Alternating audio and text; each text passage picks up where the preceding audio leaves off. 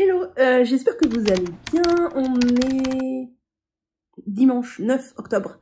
Je crois que ça fait un bouton que je suis pas venue ici. Vous savez que moi, c'est quand j'ai des trucs à dire, je viens. Quand je n'ai rien à dire, je ne viens pas. Luminosité pourrie, mais bon, c'est pas grave, parce que de toute façon, je vous ai à bout de bras, parce que je voudrais retourner la caméra pour vous montrer plusieurs trucs. Donc, ça va peut-être pas être très plaisant de voir la caméra inversée, parce que je vais parler en vous montrant des trucs un peu statiques, mais je voudrais vous raconter 2-3 trucs que j'ai fait, ça va pas durer 1000 ans. Hein. On va parler de cuisine, une fois n'est pas coutume, et de masque aux poudres. Je vous retourne, à tout de suite.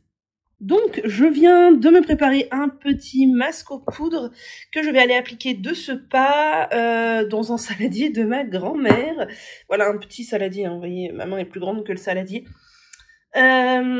Toujours dans l'optique de finir un peu des trucs que j'ai chez moi, des bocaux de poudre et aussi des actifs de chez Aromazone que j'ai depuis hyper longtemps et que je n'utilise jamais. Là-dedans, je crois que j'ai mis du shikakai, un restant de sachet, il n'en restait pas beaucoup, que j'ai complété avec du shampoing végétal de chez Aromazone pour le côté lavant du coup. C'était aussi une fin de sachet que j'ai fini.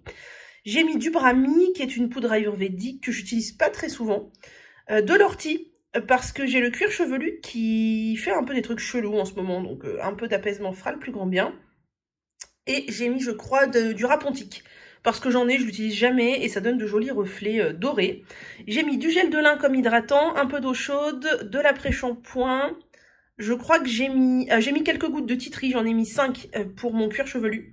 Parce que j'ai aussi des boutons, type boutons d'acné, à la base du crâne, en haut de la nuque. Ça me fait ça souvent, c'est hyper désagréable.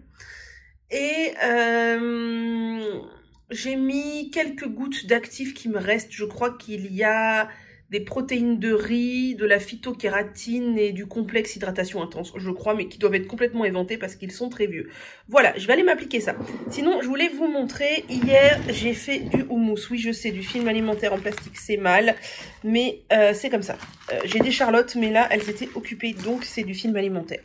Du houmous, j'adore le houmous. Alors il est un peu trop compact le mien parce que ma purée de sésame n'était plus du tout onctueuse. En fait, elle avait pas mal solidifié. C'est tous les purées d'oléagineux, si vous en consommez, vous savez, finissent par durcir en fait avec le temps.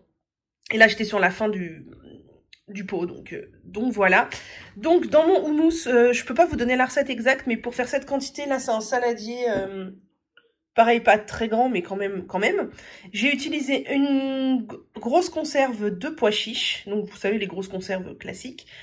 Après, une quantité aléatoire au pif. Tout est en quantité au pif, moi, dans le houmous. De l'huile d'olive. De la purée de sésame que j'ai complétée. Donc, du tahine, pour ceux qui connaissent sous ce nom-là. Que j'ai complété avec de la purée de tournesol, parce que je n'ai plus de purée de sésame. Qu'ai-je mis d'autre? Le jus de 2 citrons. Du cumin. Et du sel. Et je sais que normalement dans le houmous, beaucoup de gens mettent de l'ail, mais moi je n'aime pas l'ail. Donc et j'en avais pas, j'en ai jamais chez moi, j'aime pas l'ail. Donc j'en ai pas mis, donc voilà, c'est ça. Pois chiches, huile d'olive, purée d'oléagineux de sésame généralement, sauf si j'en ai plus, sel, cumin et jus de citron. Et c'est délicieux, j'adore.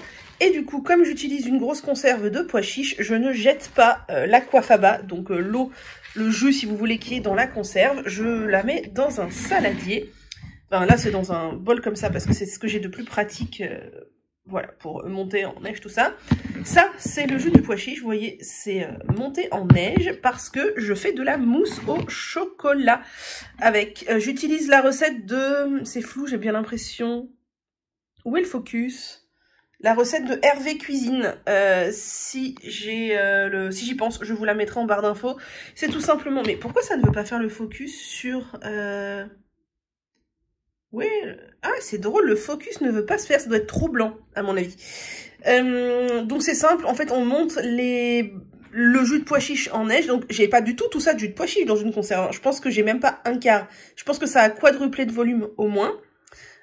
Ensuite, on rajoute un peu de sucre parce que ça fait figer les blancs, enfin les blancs en neige, c'est pas des blancs en neige, mais ça fait figer la mousse. Et ensuite, on rajoute le chocolat fondu, chose qu'il faut que je fasse. Et moi, ce que je fais pour que ça se tienne bien, c'est qu'en fait, je laisse reposer au frigo le jus de pois chiche avant de le monter en neige pendant, en général, au moins 12 heures, genre une nuit. Et du coup, je monte ça en neige après. Ah oui, le blanc, il aime pas du tout, hein. Je monte ça en neige après. Et vous voyez, ça se tient hyper bien. Je vous montrerai le résultat quand j'aurai fait ma mousse, que je l'aurai laissé reposer au frigo. Je pense que tout sera dans ce récipient-là. Donc c'est pas très instagrammable, photographiable, tout ça, mais on s'en fout. L'essentiel, c'est que ce soit bon. Voilà, donc du houmous, de la mousse au chocolat en devenir avec de la coiffaba. Sans œufs, c'est merveilleux. Et ça évite de gâcher le jus des pois chiches et le masque aux poudres que je vais aller m'appliquer de ce pas. Hello, on est 2 jours plus tard et je vous montre la mousse au chocolat avant qu'il n'y en ait plus. Évidemment, il a fallu qu'elle soit moins bien réussie que d'habitude pour que ce soit le jour où je décide de vous la montrer. D'habitude, elle est bien plus ferme que ça. Là, en dessous, elle a moyennement pris, mais au-dessus, elle a bien pris. D'habitude, au-dessus, c'est bien ferme et en dessous, c'est plutôt comme ça. Bon, bah écoutez, c'est le jeu, mais franchement, c'est délicieux. Je vous recommande, même si parfois, je sais pas quel facteur rentre en compte, le tiers du bas est un peu moins mousseux et un peu plus liquide que le reste.